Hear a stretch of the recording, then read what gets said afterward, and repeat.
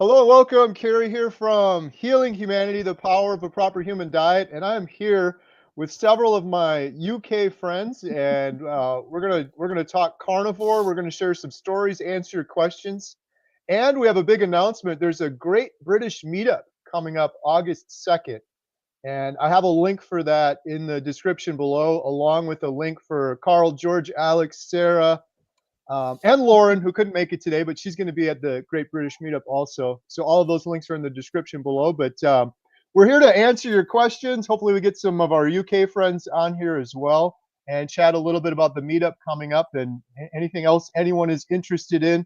So, how's everyone doing here today? Carl, George, Alex, Sarah, how you guys doing? Very good. Very well, thanks, Kerry. Nice to see you all. Absolutely brilliant. Whose idea was it to do this, the Great British Meetup? That might have been me, I think. Yeah, I'd say it was George.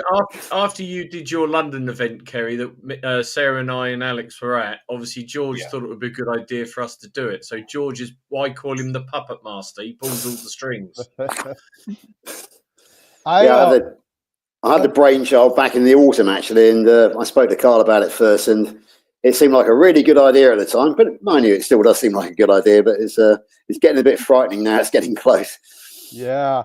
It seems like this is just an event to get together, but they could turn into a big project. A lot of logistics, a lot of planning, people coming from all over, making sure you get everything right. But I'll tell you what, I think we've probably done like 15 of them at this point. I should probably sit down and count, but it always comes together. The carnivore crowd is amazing. The UK crowd is incredible. We had a lot of fun out there in the UK, but it's I always tell people it's not like you're a stand-up comedian going in front of an audience or a crowd like that. The carnivore crowd, they're just the greatest people. I'm hooked on these meetups. It's so much fun just being surrounded by like-minded individuals, because oftentimes as carnivores, we're kind of the odd ones out. I know we had a great time in the UK as well.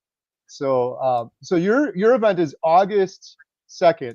I guess just full disclosure, I really, really wish I could make it, but unfortunately I can't make it. But I'm happy to shout it out. And I am really hoping I can get back to the UK. But what are you guys thinking for the event? What sort of things are going to be happening at the event? Well, we've already got Richard Smith and Coach Stephen already on our guest list. There's a couple of others that I've approached. I'm waiting to hear back from.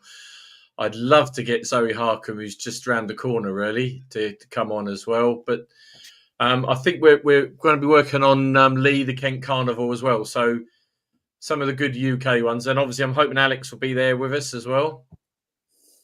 There you go. 95%. Sorry, Carl. I promised everyone that I was going to ignore everybody and just get straight down to Glastonbury. I can't see me not coming. So let's say 99%. Can't wait. Awesome. So we're going to have obviously some talks. We've got quite a few.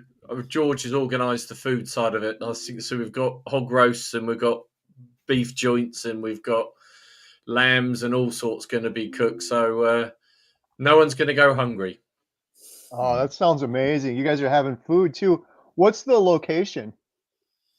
George? I better say that one. It's very near the town of Glastonbury, which is famous for its festival every summer, and it's famous for its Glastonbury tour, which is a feature on the landscape. It's 4 miles south of there, on a farm called Sourdown Farm in the village of Butley. It's in the county of Somerset, which is in the southwest of England, not far from Stonehenge and other famous places like that.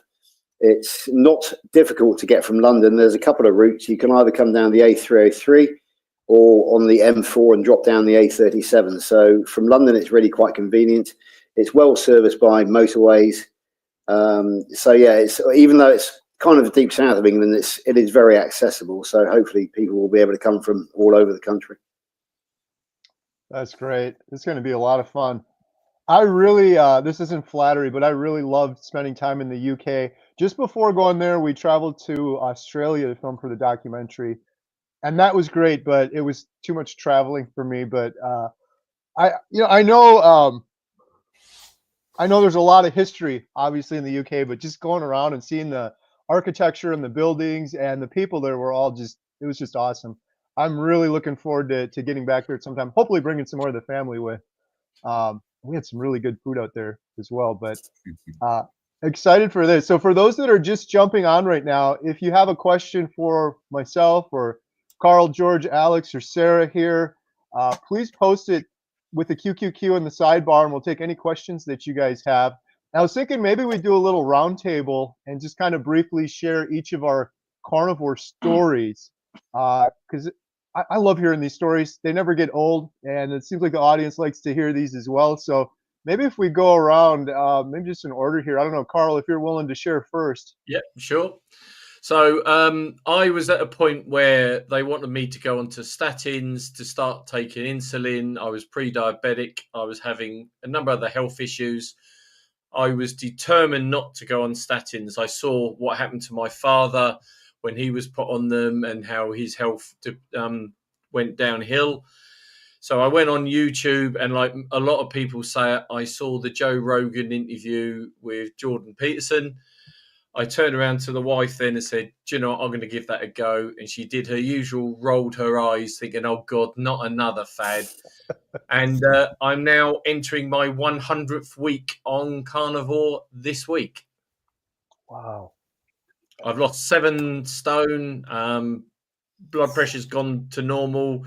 I'm no longer pre-diabetic. I'm more fit now than I've probably been in many, many years. The one thing I have noticed, two funny things, or one funny thing that happened to me was, one, I'm awake by 4:30 in the morning pretty much every day. I sleep brilliantly, but I'm wide awake and ready to go about 4:30 in the morning. And the other thing is my feet shrunk 2 shoe sizes, which I didn't expect. Wow. And just for people that don't know, so 7 stone, that's almost 100 pounds here in the U.S. That's incredible. Yeah, Carl, I was just about 35 kilos. So, wow. Carl, what does your wife think now? she's very happy. Apart from about being the time of day it is. When I do wake up at 4 o'clock, I'm normally like a soldier standing at attention. So I'll leave it there. Love it. Love it. That's awesome. Carl, I had the same thing too. I remember when I started, you made me laugh when you said that, because it was like, oh man, here he goes again. He did the keto, he did the counting calories, he did sure, this is going to be the one. And here now I am, like almost 800 days later. So that's really cool. 7 stone is 98 pounds, says Pa Beater here in the chat. Good stuff. Yeah. Oh, we got a lot of people in the chat now. Appreciate everyone in the chat. Any questions you have, please post them. I see a few. We'll get to those in a minute. All right. George, maybe if you're willing to share your story next. Absolutely. So my story started on March 1st, 2022. It wasn't a instant carnivore thing. I was diagnosed with morbid obesity, high triglycerides, and type 2 diabetes. The doctor gave me prescriptions for metformin and statins and sent me out of her office. I was very lucky. Nurse Kathy grabbed me, took into her office, asked me what I ate. So I told her that I ate all the healthy stuff, the grains, the pasta, the potatoes, the good stuff, basically, that we're all supposed to eat. And she said 4 words to me: George, all carbs are sugar. And I went away and did the research, spent thousands of hours doing the research.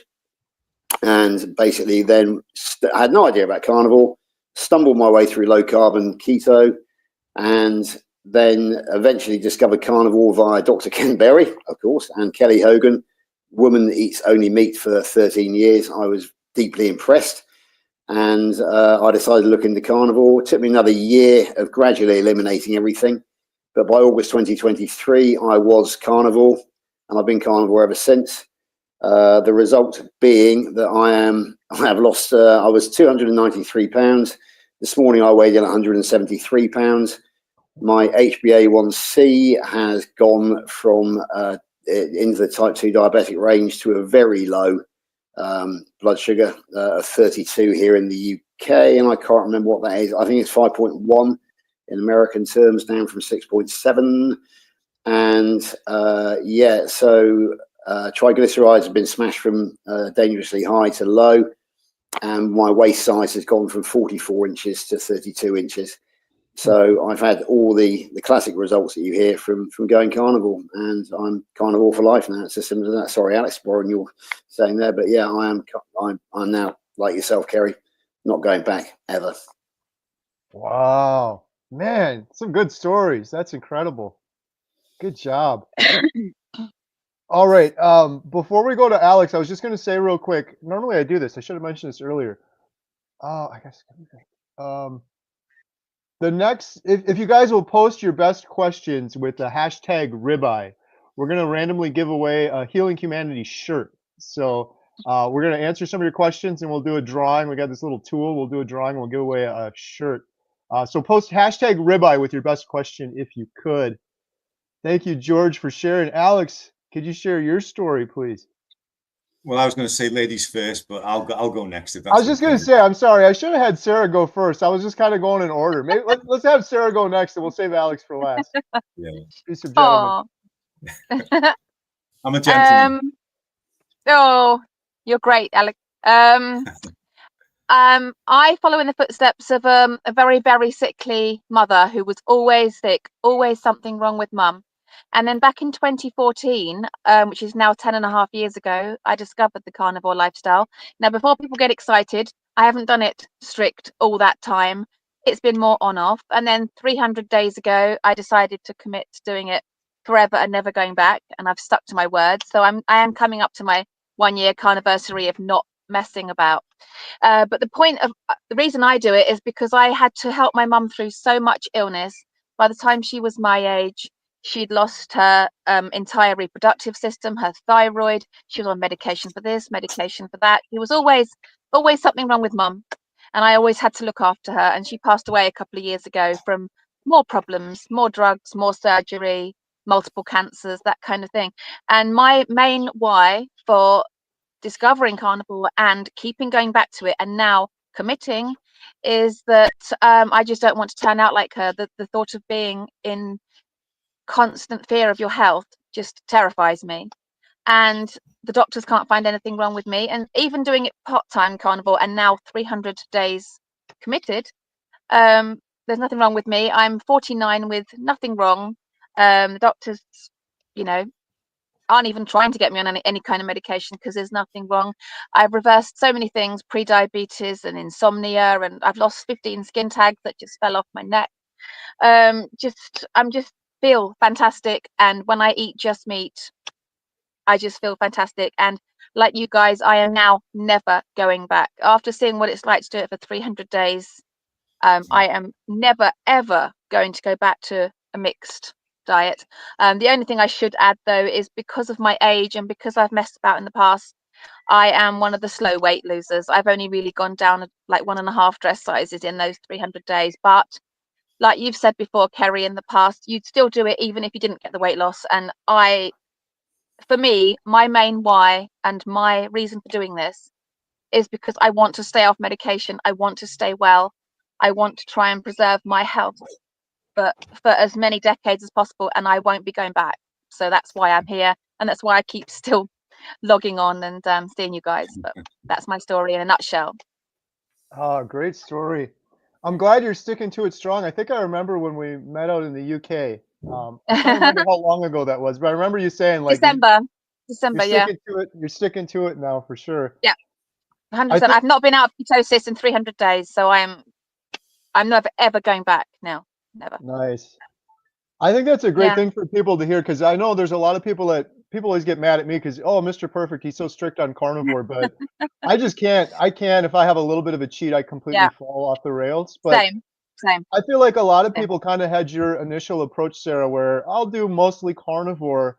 But yeah. I feel like for those people, it makes it so much harder because you still have those cravings. It feels like the cravings go away if you do carnivore fully versus trying to do it a little bit. So I think it's a good lesson for a lot of people out there. But also the other thing is I found it before it was cool. I found it before even Sean Baker was doing it. So, but not properly. But now I am. But it's quite hard to find out about it back then because we didn't have the YouTube channels and the Ken Berries and the Jordan Petersons talking about it. I just happened to stumble across it via Amber O'Hearn back in the day. Wow. And her husband introduced me to it just it was just pure chance that I found it, and I managed to end up in the Zeroing In on Health group with Kelly Hogan and the others, and I knew instantly that was how I was going to end up eating. I just didn't know when. And then 300 days ago, I hit my kind of done, and then I'm not going back ever now. That is, there's good and bads to YouTube, but that's one really good. Like, I don't know, many of us would have never found carnivore if not for YouTube. I just had I had this woman on my channel. She wrote this book. Her name's Kim. It's called Return to Simple, and she coaches the Amish, and she helps a lot of Amish with carnivore. There's lots of Amish here in the U.S., and I was talking to her. I'm like, that's actually really incredible what you're doing, because none of them are going on YouTube. So none of them would have ever heard about carnivore if not for her going out. In fact, that was the whole reason she wrote this book, because she's like, they're not going to go on YouTube, but they'll read a book. So she's actually getting this in a lot of little Amish grocery stores and stores around here in the U.S. and helping quite a few people. So that is awesome. Carnivore for life. Thank you, Sarah. All right, Alex. Yeah, hi. I'm Alex. I tell everybody, as these guys know, that I'm 66. I'm 67 in August. And the reason I say it is I never expected to be where I am today. I've dropped 47 pounds in weight. When I was 60 in 2018, I was depressed, carrying a lot of weight, a lot of mental baggage, a lot of physical baggage. I had diverticulitis, IBS, psoriasis, halitosis, the list is endless. And at the time, I just didn't know that it was because, and this is not because it was plant-based, but it was because I had a very strong plant-based diet with very lean protein. I bowed to the authorities in the UK and I did what we're all supposed to do. You know, I ate my 5 a day. And for many, many years, I just didn't know why I couldn't lose weight. I was morbidly obese, quite depressed. Lockdowns in the UK made it 10 times worse. And I was looking into the 60s, going down the hill, getting fat, big fat alert, as my wife would say.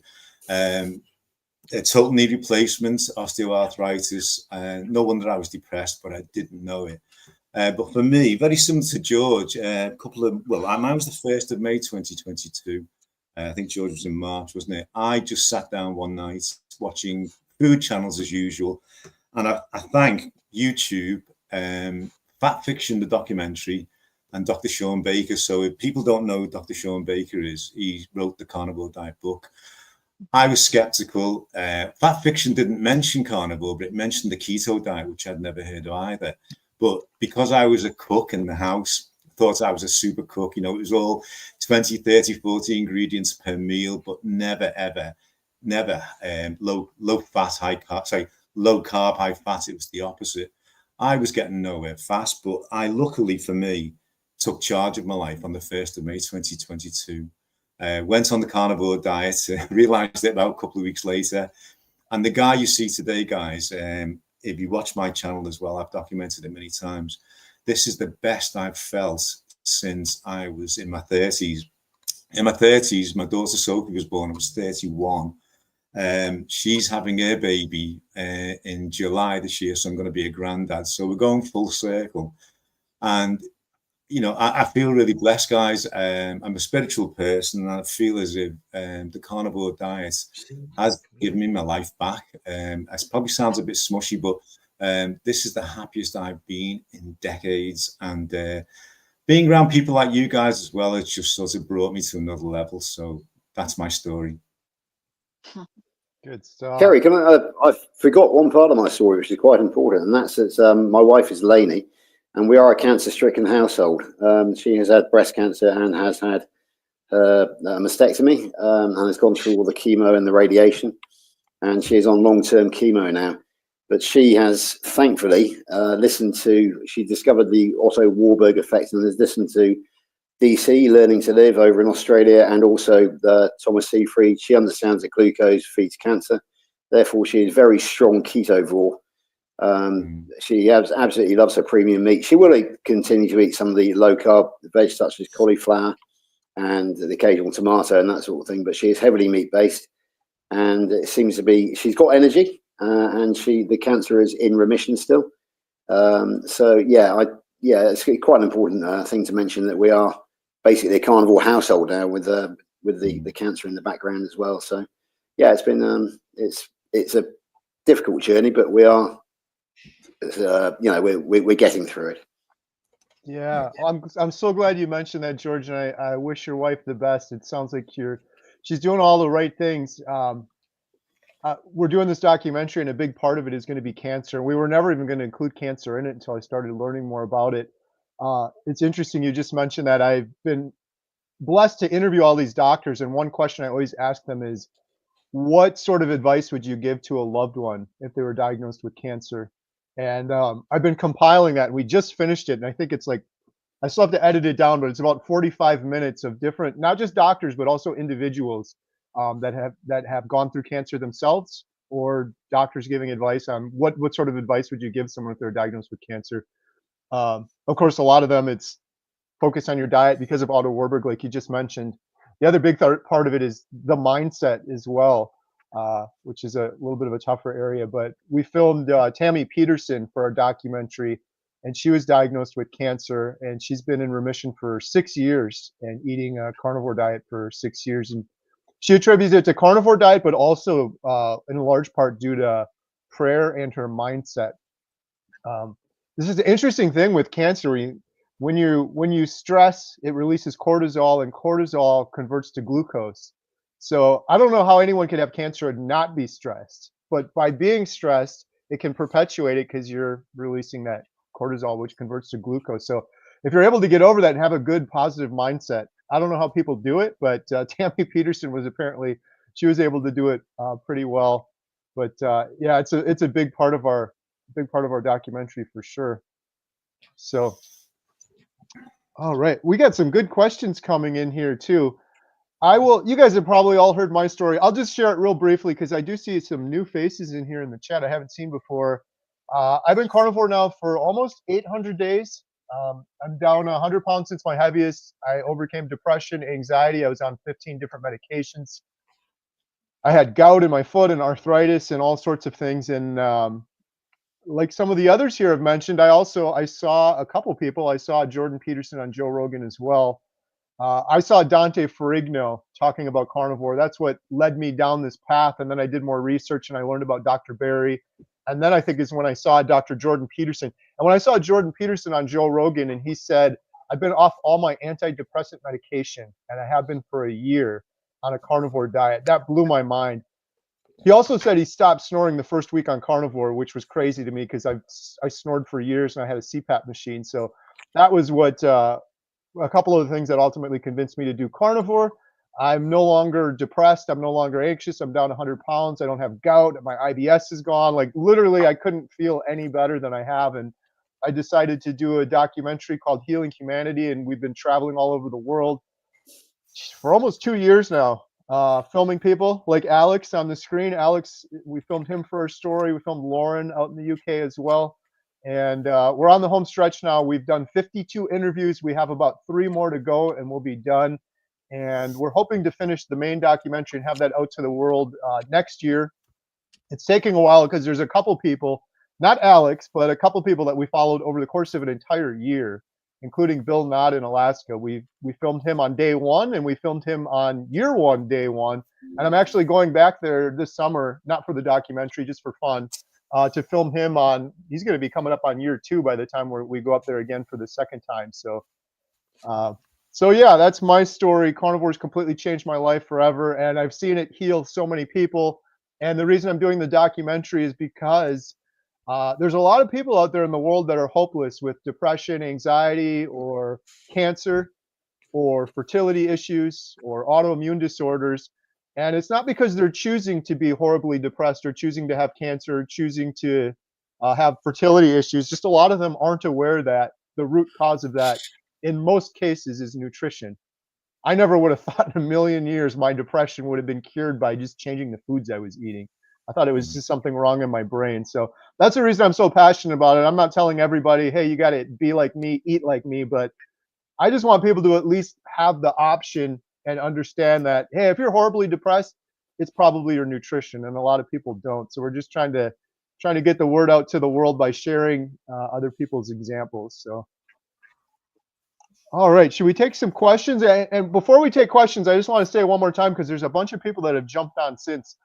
There's a big the Great British Meetup that's happening Saturday, August 2nd. Carl, George, Alex, Sarah, Lauren, going to have a couple of speakers there as well. It's so cool. You're having Richard Smith and Coach Stephen. They came to the UK Meetup. Those two, no joke, those guys are probably the best in the world when it comes to like carnivore Q&A, asking and answering questions. Those two are I think they're the best. Dr. Barry's pretty good too, but man, those guys are amazing. I've done a couple live streams with them. So they're going to be at the Great British Meetup August 2nd. There's a link in the description below. You can't just show up. You got to get the tickets in the description below. There's going to be a bunch of good food there as well. And there's also links for Carl, George, Sarah, and Alex, so you can follow them all on social media, on YouTube, and stay up to date on everything they're doing there as well. So what do you guys think? Should we take a couple questions? Yeah. All right, let's see what we got here. Question from OG. Again, if you have any questions, you can still post them. Hashtag ribeye like OG did here, and I'm going to do a random drawing and give away a Healing Humanity shirt. What is the best cheese to eat on a carnivore diet? You guys have any thoughts on this one? Yeah, I'll go first. None. Don't have cheese. Unless I lost the 47 pounds quite quickly over the first year. But when I went back to cheese and a bit of dairy, started putting heavy cream in my coffee. So I was trying to cut down the coffee anyway, and the heavy cream did help that, but it started to creep up slightly. And I listened to quite a lot of the doctors, particularly Anthony Chafee. I think I spoke to you as well, Kerry, that dropping it back on the cheese made a massive difference. I've been on a Lion diet for 2 Novembers, and that was the most significant weight loss. And although weight loss is not the most important thing, it obviously made me feel better. And that's my recommendation. But if you are going to eat cheese, my personal recommendation would be a Stilton or something that's really quite strong. So you're like a blue Stilton, so you're not eating loads of it. Melt it on your ribeye, and very nice. But it all depends on what your targets are. So if it is weight loss, or you find your weight's not going any lower, because even though you're on carnivore, I would eliminate it for maybe a month and then see how you go. Yeah, good stuff. Yeah, I'm not a cheese eater. I know many carnivores do. My wife's carnivore; she eats cheese. I did keto for years, and cheese. I couldn't eat a little bit of cheese. I've got a highly addictive behavior. I would always eat too much and stall out, and so I just decided not to do it on carnivore. Anyone else doing any cheese or any cheese suggestions? Yeah, I'll just chuck in the fact that where we're having the meetup here in Somerset, we are just a few miles away from the town of Cheddar, which is actually where the original cheddar cheese comes from, because there is a cave system there which stays at a constant 11 degrees, and that is a perfect place for storing cheese. Cheddar is a strong cheese. It's a fairly clean cheese. It's something I eat very occasionally as a kind of carnival junk food, if you like. Not something I would eat on a regular basis, but yeah, I'm going to chuck in cheddar alongside Alex's Stilton as a good, clean, strong flavored cheese. Yeah. All right. Here's a question. Is beef tongue considered organ or muscle meat? Oh. I would say muscle. Yeah. Yeah, I think the tongue is a muscle rather than an organ, isn't it? I would say.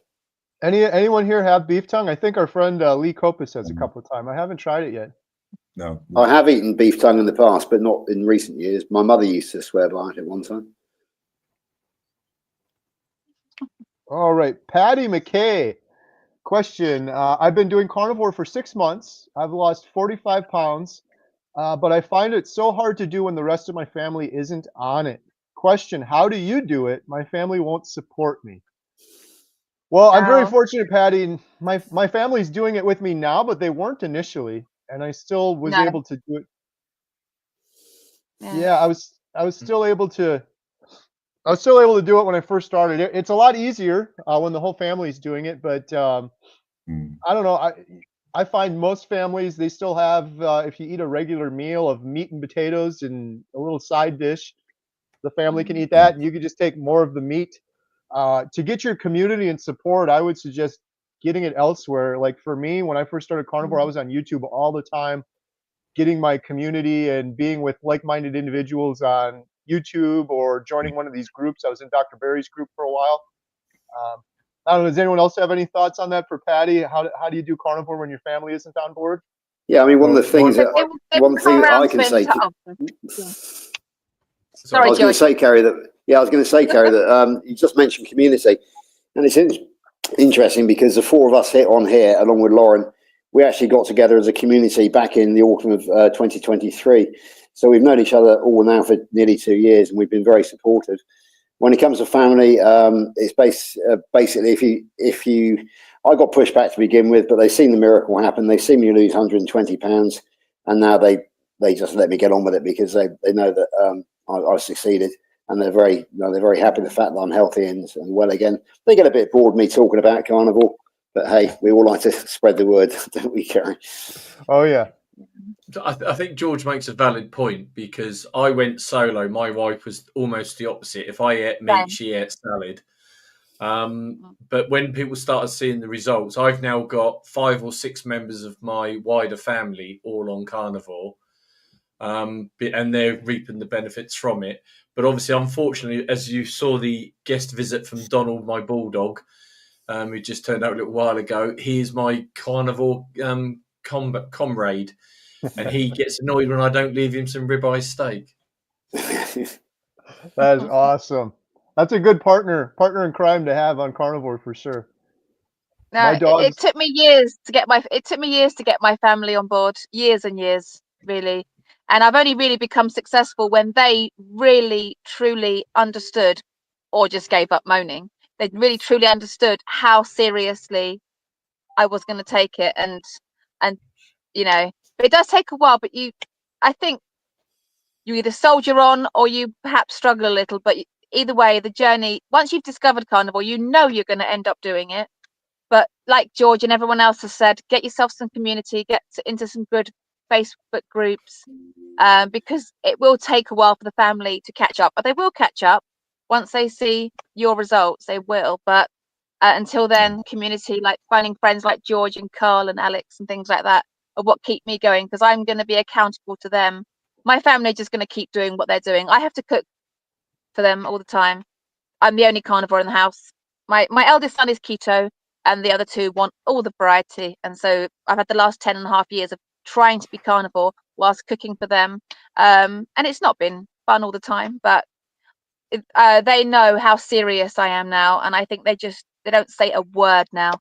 They just know I'm just going to keep going regardless now. And I've got their support, and they don't want me to stop. They're all saying, Mum, get on with it, lock in, do it. Don't, just keep going. So, yeah. Can I just say as well? Sorry. Ironically, Kerry, I've just had a message from one of your fellow Americans who's actually coming to the meetup in the UK, Mark Coldwell. He said to me, Kerry is from Wisconsin. So everyone knows they eat cheese because it's mandatory because of the cheese head. And he's even sent me a picture of some cheese heads. Yes. Yeah, I am in the wrong state for not eating cheese for sure. I'm surrounded by cheese heads here for sure. But I look at it this way. I've had my fair share leading up to carnivore. The 42 years I was in carnivore, I ate my fair share of cheese. So, well, to follow on from Sarah, today is 1,115 for me, which is a shock to my system. But all that time, those 3 years, Michelle, my wife, has supported me. She's keto, unintentional. We've been together 40 years in July. Now, if that partner can't support you, maybe you shouldn't be together. I mean, I'm talking about myself. We shouldn't be together. But she saw the transformation in me in terms of weight loss, confidence, no depression. All my physical ailments went. We were going out more. I was positive. She'd ask me to do something. I'd go, yeah. And she'd go, did you just say yes?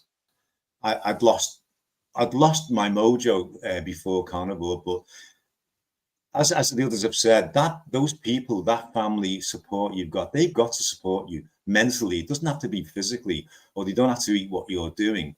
But the word I've learned the word stoicism as well, and one of the pillars is courage, and it's having the courage to see something through when you know it's the right thing, when everyone else is saying it's wrong and they're going that way, and you know it's right and you're on your own. This from experience, you've got to go with it. You know, you got to have the guts, if you pardon the pun, to go with it, because if you're getting 45 pounds lost in 6 months, you are on the right track. And as the others have said, get yourself in a community, read books. I've got that one as well. I've just got that. I'm just starting. Oh, nice. Work on your mind, guys, and the brain is connected to the gut and vice versa, and you'll do it. But stuff like this today as well, if you like any of our channels, you know, click onto us and we will help you as well. But I just think it's having the guts to stick with it. Alex, I was just going to say, I love that answer. That is so good. We recently, we filmed Dr. Ken Berry for the second time, and he was talking about stoicism as well. And one of the tenets of stoicism too that I absolutely love is nobody can make me mad. I'm choosing to allow them to make me mad.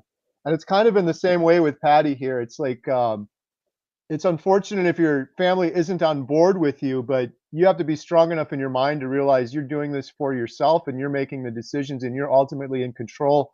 I hear a lot of people that kind of use the family as sort of like, well, there's nothing I can do about it because my family's not on board. But ultimately, it's your body, it's your decision. And like Sarah said too, I think your family will come around eventually if you're patient. But ultimately, it's up to you 100%.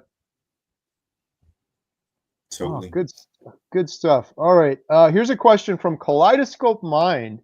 Do you think artificially sweetened electrolytes is a potential problem on carnivore? Yes. I think, yeah. Any sweetener and I'm gone. So, no, I can't have a sweet taste. You know, a sweet tooth is like a stray cat. Keep feeding it; it's never going to go away. You've got to kill that sweet taste. Good. If that sweet taste isn't gone, and if you are having those sweeteners, you're never going to kill that urge. It's going to keep coming back. And when someone is eating something in front of you that's really sugary sweet, you won't be able to resist it because you haven't killed that sweet tooth. So I will not touch those flavored electrolytes, those sugar sweet, the sweetened ones with sweetener. No, I just can't. It's just cat out the bag. Definitely, no, couldn't do that. No. Sorry, I don't know if anyone else does it, but I just like, no. Sorry, just jumped in there. I agree with Sarah. The word artificial says it all. So to me, it's about real food now. It's about eating single ingredient real food. So if you have something like that's artificial, that means it's processed, and I try and avoid anything that's potentially processed. Yeah. One of the original pioneers, like Charles Washington. I don't know whether you've heard of the guy Charles Washington, Kerry. He set up the original carnivore forums back 10 years ago, and he said he'd actually prefer someone ate sugar than artificial sweetener because of it's, you know, sugar free basically means we've taken sugar out and put something even worse in there, and so so you're having it thinking, wow, there's no carbs in that, but what is it doing to your body and your sweet tooth? Oh no. Yeah. Sorry, I'm clearly quite passionate about that. I've gone on again about it. No, I appreciate it. I'm with you on that one. There's a lot of new people that come on my channel, and I've talked to a lot of carnivores where they're a couple months into carnivore and they still have cravings. And in most of those cases, when I talk to them more, it's because they still have artificial sweeteners or the diet soda or things like that. And I 100% believe that you get rid of that 100% and those cravings go away, but you keep that in there and you're going to keep having those cravings. It's going to make it so much more difficult to proceed if you keep those things in there. So I'm with you 100% on that one. I think your taste buds evolve as well, because now, like when I have a bone broth, I put loads of extra salt in it because I don't like it without the taste of the salt. Yeah, undoubtedly. Absolutely. Captain Crunch says, what is the thought on drinking fluids with a meal? I have drank well before a meal and after, but not during. Mm. I found on this, I learned this the hard way. I used to just drink a lot of water all of the time, with the meal, before the meal, during the meal, after the meal. And I had Barrett's esophagus, which is from chronic acid reflux, silent acid reflux. And I think a large part of that, I learned on carnivore early.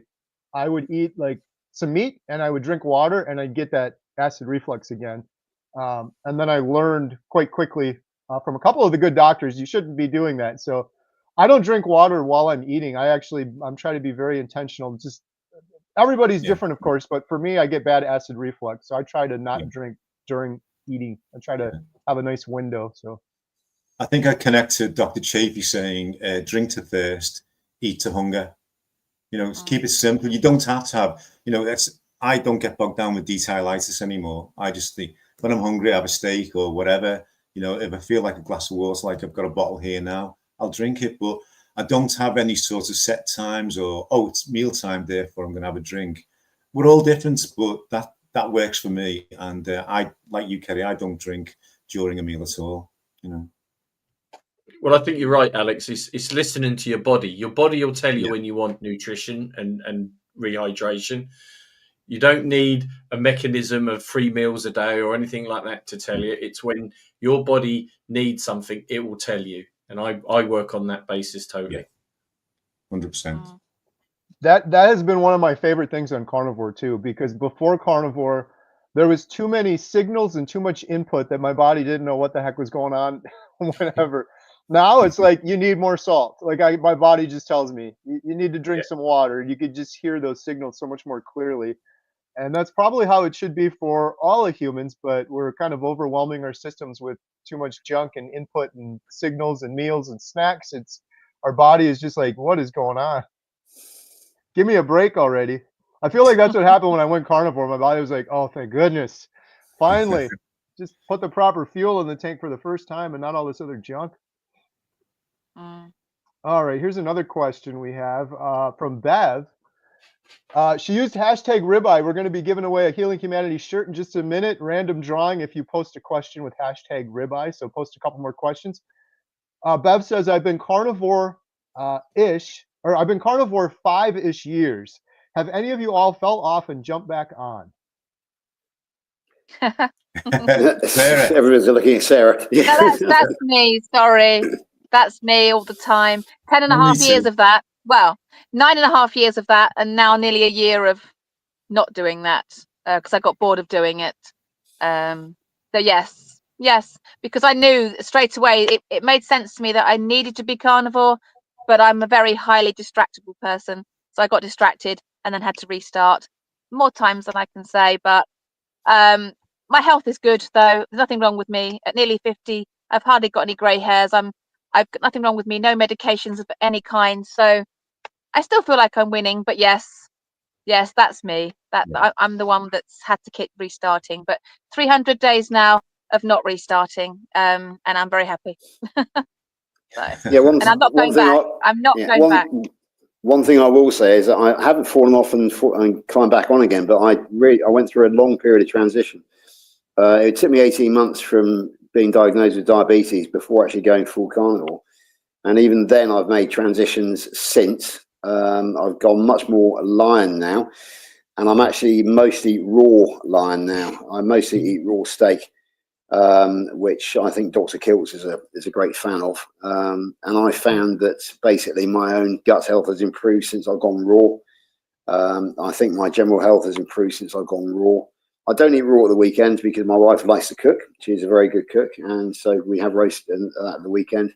But Monday to Friday, when I'm at work, I will eat 2 10-ounce lamb steaks raw every day. I think that the omega-3 content of lamb actually puts it better than beef. And I can highly recommend it. I blame Carl because he was him that taught me into doing it. Because he interviewed Jacob McAteer, the 100% raw carnivore, and said, "Come on, George, are we going to give it a go?" I said, "No, Carl," and I said, "I'm fine." But then when Carl decided to give it a go, I came out in sympathy with him, and I'm very glad that I did because it's been nearly a year now, I think, Carl. June of last year. Now, and I'm now full blown well, nearly full-blown raw carnivore. So yeah, I transitioned from basically very, very dirty low carb through to raw lion, basically. So yeah, it's been I haven't fallen off and come back on again, but I've changed the way I eat quite a lot over the course of those 3 years.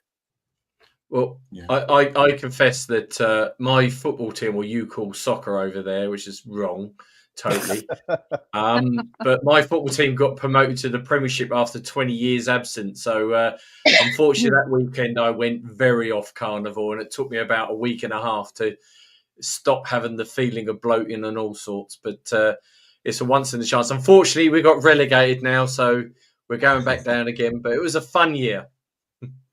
Yeah. No. Can I say as well, to help Bev, you know, I've been drinking alcohol for 50 years. I'm not an alcoholic, I swear I'm not an alcoholic, but this has helped me so much in terms of, it's probably one of the only toxins I've actually, you know, intake at the moment. And every time I do, I get a little stall and I go, the reason I'm not feeling optimum today is because of that.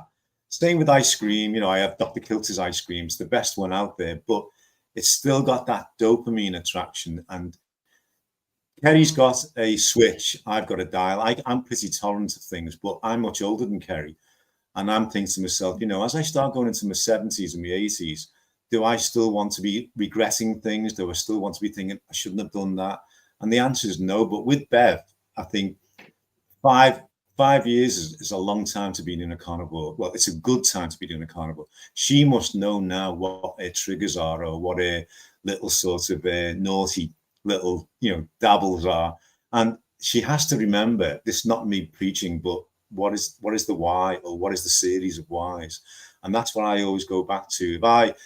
If I actually do indulge at all, it's very, very limited. But the next day I always go to Michelle, I go, I shouldn't have done that, you know, but I was in a social occasion, or I allowed my, you know, my niceness to get in the way, instead of just being as, you know, well, stoic as possible. Mm-hmm. But we're all individual, we're all humans, you know what I mean? We make mistakes, but it's getting back on that horse, and probably you're saying to yourself, I made the mistake there, but it's my life, it's my body. I won't do it again until the next time. But that's the great thing about carnivore. It does give you a good thermometer, you know, it's a good measurement of what you're doing. But she's obviously doing well if she's been doing it for 5 years. Yeah, for sure. Yeah, just on the subject of alcohol, can I say that basically I've when I started low carb and then went on to carnivore, I was continuing to be a heavy drinker. I've been a heavy drinker all my life, and I mean a heavy drinker. But I achieved incredible results through the diabetes and everything else. And in my last review of my blood last year, I was expecting, no, crikey, how much alcohol do you drink? And she skipped over it. And I said, why aren't you asking about alcohol? She said, well, you obviously don't drink because you've got a perfect liver function test. Now, that was, I mean, that tells me that basically a good, strong carnivore diet protects the liver no matter what you chuck at it. I'm very, very happy to say that today is day 65 since I gave up alcohol.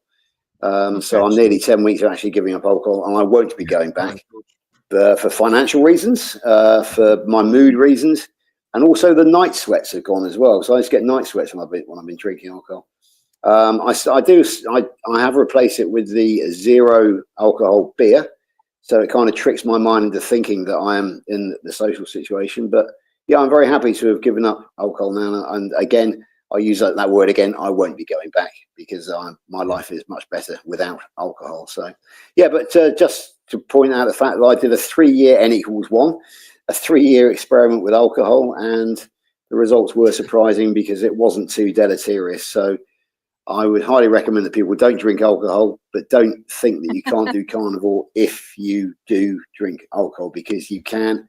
And the carnivore diet does protect the liver from alcohol, and obviously we've removed fructose anyway. So yeah, it's just a word on alcohol. Yeah. Two things I'll add to that is I've always said in a lot of my posts, there's no carnivore police. So you know, you're not going to get dragged out of your house if you broke the rules, but it's important. And I think Larry, the carnivore soldier, used to say, if you have the right why and you know your why you're doing this, that will get you back on straight away. Absolutely. Good stuff. Hey, George mentioned Dr. Kiltz and Alex mentioned Dr. Kiltz ice cream. Have any of you guys here seen baby Dr. Kiltz yet? Yeah, Ooh, superb. I gotta Superb, yeah. share. I'm gonna share real quick. This is just 10 seconds. This just cracks me up. It puts a big smile on my face. Here's 12 seconds of baby Dr. Kiltz for Yeah. everyone to enjoy. It's But great, I tell you, it's great. when I went carnivore nearly 15 years ago, and I'm going to be 70 next year, and I've never felt better. All the drugs, doctors, and dissections gone. Yeah. Yeah. Brilliant. That's a classic. Just on the subject of Dr. Kiltz, can I say that I was on his 6 a.m. live this morning in the chat, and I told him about the Great British Meetup on August the 2nd, and he hadn't heard of it, and he was most offended that he hadn't actually been invited.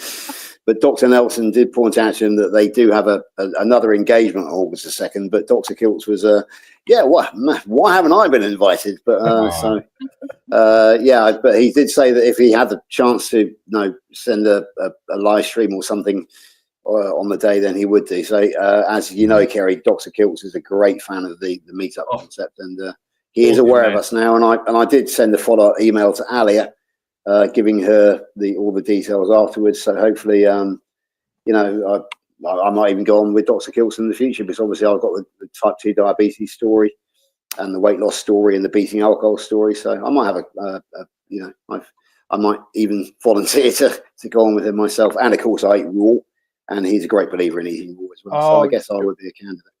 You should go on with him, George, for sure. Shoot Ollie an email. I was just talking to her before this. He's been doing a lot of interviews. He would love to talk to you. Yeah, especially that you're doing raw, for sure. He's great. He's amazing. He's absolutely amazing. He loves these meetups too. I can't believe how many of the meetups he's come out to. He's been such a great supporter. So passionate and fired up about this, for sure. All right. When he was talking at your London event, he had the hairs on the back of my neck going up. He was amazing. Yeah, he's incredible. We just did one in Canada, and he flew out to it. A big meetup out there too. And just, he shared his own personal story, but in the beginning I was like, Dr. Kiltz, it'd be great if you could talk for 15 minutes. I'm like, but we're not going to know the topic until we get there, because it was kind of a mixed crowd, partial carnivores, some people that just came in from the community that maybe didn't know about carnivore or keto. So we just kind of like polled the audience. How many carnivores, how many keto, how many have no idea? And he just tailored this speech to the crowd and just went for 15 minutes. And it was like a master class. It was so good. Just completely, he's like, you don't really have to prepare when you're just telling the truth. You don't have to make notes or edit yourself. And he's just able to riff that way. So yeah, he's incredible. Baby Dr. Kiltz is a little bit better, but he's pretty good. Pretty good himself. Angela is asking, where can we get tickets for the meetup? Over to Carl. Right. Well, if they go to either the Primal Lifestyle, either YouTube or Facebook page, there's links to the online ticket purchase there, and I think you're going to put it in the bottom of your description as well, aren't you? I have already. Yep. So if anyone wants to just click on the description, there's a link for the Eventbrite there as well. I also just wanted to post this to remind people we're here chatting about, the Great British Meetup is coming up August 2nd. It's a Saturday. Bunch of food, great speakers. So if you're in the UK area and you want to join, you don't want to miss it. Check out the link in the description below. You can get more info for that. Yeah, Kerry, can I just say something about the caterer himself? Because he's a professional caterer. However, he's a friend of mine of 30 plus years. I've known him on the rugby pitch and also through the horse racing game as well now. Ashley is a very, very good friend of mine. And he is an absolute carnivore enthusiast. He knows about carnivore. He's watched the miracle of me unfold. About 4 years ago, we were shuffling around together, barely able to walk, feeling very old.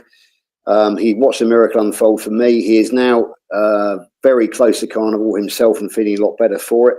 So this guy is not just somebody who's trying to sell us something.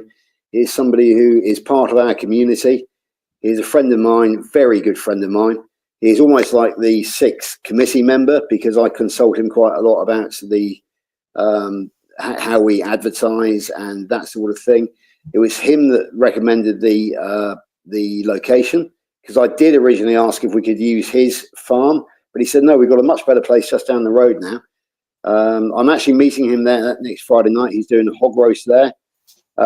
So I shall be, he's invited me along to take some of the flyers that Carl has designed. So we're not only aiming for the already established carnivore community, but we're looking to sell it locally to the local meat-based people, because basically Ashley will be selling his hog roast there that night. So basically anybody who comes to him as a customer is going to be a potential carnivore, in my view, at which point they will find me with my Healing Humanity t-shirt on, and they will get the full Healing Humanity lecture, and they will be invited to the Great British Meetup in their own right. So yeah, don't panic about the catering, folks, because Ashley is one of us. And just to say, the whole organisation is a non-profit, so any additional funds we make from ticket sales, we're donating to Healing Humanity Project, Kerry. So if you buy a ticket, you're helping to contribute towards Healing Humanity. And on the note of fundraising as well, can I just say that we are planning to have a raffle. And just last night, the lovely Sarah did announce that she was actually going to donate 4 carnivore t-shirts that she has in the back of her cupboard, including 2 Healing Humanity t-shirts. So yeah, it's we will be doing that. Lauren has some very good ideas about maybe getting a meat box, for example, or maybe getting some gift tickets from butchers. So yeah, there's going to be a raffle as well, and that the raffle will purely be for the to help Healing Humanity. So yeah, it's going to be a good fundraiser. It's going to be great fun. I have a mantra, which is carnivore is fun, and I think that day will prove it. Because one thing we'll say, yeah, we have Richard and Stephen as speakers. However, there will be some warm-up speakers there, and Carl will be the MC, Master of Ceremonies, and I think we've got a few of the warm-up speakers here, because I know that we will have decent stories to tell, so we will be the lead-in to the professionals, if you like. So that will be a couple of hours, or maybe we're planning to start at 10 o'clock in the morning. Gates open at 9, and so the speeches will start at 10, and we'll probably lead into a lunchtime speech from Richard and Stephen, and then we'll go straight on to Ashley's hog roast, and then in the evening, while looking at getting some music sorted out, probably a disco, and we'll have a nice sort of dance and a good social in the evening. So it's going to be a long day. We actually do have the venue from 9 o'clock in the morning until 11 o'clock at night. So I'm not sure who will still be standing at 11 o'clock. Not me. I think Lauren will still be partying if I know Lauren. Yeah, sorry. Yeah, I've got to quote Lauren. When I saw her, I went for lunch with her fairly recently, because actually, Kerry, Lauren and myself live very close to each other, and she invited me for lunch, and she did tell me that she intends to, and I quote, dance the night away at the meetup. So, Nice. So yeah, it should be fun. That sounds like a lot of fun. I really appreciate you guys, your support for the documentary, and the proceeds going towards the documentary as well. So thank you so much for that. We're on the home stretch with the documentary, just so people know. We're filming Dr. Baker next month, and we got about 2 more interviews, and we're wrapping up the main documentary, and we hope to have it out early next year. And I know a lot of people they want it out sooner, but it's taken a while. There's several people we filmed over the course of a year. It's going to be worth the wait, and we've also filmed quite a bit for the series as well. We're going to have several episodes on cancer, several episodes on depression, episode on fertility. So if you have a loved one going through any of those issues, we'll have a dedicated episode for each of those. Also got to thank Rich LeBoy. He gifted 20 Homesteadhow memberships. Thank you so much, Rich. Every penny we get from the memberships goes towards our documentary. We do a members-only live stream every Thursday at 3 p.m. also. This has been great. So everyone that's joined, thank you so much for all your questions. Great British Meetup. There's a link in the description below. I got to do the giveaway for the shirt. I actually announced that I was giving away a shirt on the last live stream, and then I ended it without giving it away. I completely forgot. Apologies for that. It wasn't intentional. Here we go. We're going to do a random drawing. Healing Humanity t-shirt goes to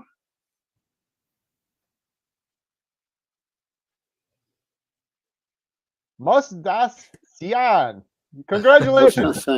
I butchered that. I butchered that. I see Bill Knott just joined us. Oh, Bill Knott just joined us. Nice. Hey, you just won a Healing Humanity t-shirt. Thank you so much. You can claim the shirt by going here. Let me pull this up here real quick. No, not that one. That one. HealingHumanity.movie/giveaway. There's a little form there you can fill out, and we will send you the shirt. Congratulations. Welcome, Bill Knott, too. Bill Knott, we got to get you out to the UK meetup. Bill is coming to a meetup in Florida, the Hack Your Health one in November. So I know we're at the end of the hour here. We got to kind of wrap things up. You guys want to mention or shout out anything else before we wrap up? Carl, George, Alex, or Sarah? Yes, there is camping at the venue. It's fairly rough camping. There's no shower block, but there are toilets, and I think it's £10 a night to pitch a tent there. So that will be convenient for people who wish to come from a long way away. And of course, we are very near the town of Glastonbury, which is a massive tourist town. So there is good local accommodation and other campsites, it's more upmarket campsites locally as well. If anybody wants any advice on that sort of thing, then feel free to ask me, because I am the local knowledge. So accommodation isn't really a problem for the meetup. I'd just like to say thank you for anyone's following. Please follow my YouTube. I'm trying to build it now. I'm going to publish a book soon. So and the proceeds are all going towards me doing a PhD on the subject. So yeah, anyone can give me support, much appreciated. And go Bill. Go Bill. Yeah, go Bill. Absolutely. Go Bill. And Daisy, of course. Don't forget Daisy. the real Daisy. star of the show is Daisy, for sure. Good stuff. Well, thank you guys so much. I'm excited. Great British Meetup, Saturday, August 2nd. Link in the description below. You got to get a ticket, though. Click on the link and secure your ticket. And if you can't make it, share it on Facebook. Get the word out. Let everyone know there's a big meetup going up, because every single time we do one of these, it ends, and then there's like 30 or 40 people that say, why didn't anybody tell me about this? I would have went. I live right down the street. It happens every single time. So help get the word out, spread the news. Thank you, Carl. Thank you, George. Thank you, Alex. And thank you, Sarah, for joining today. And thank you guys for all your good questions. We really appreciate it. Have a great day. We'll see you guys on the next one. Yeah, Bye, everyone. thank you. Bye. Bye. Bye. Bye. Bye.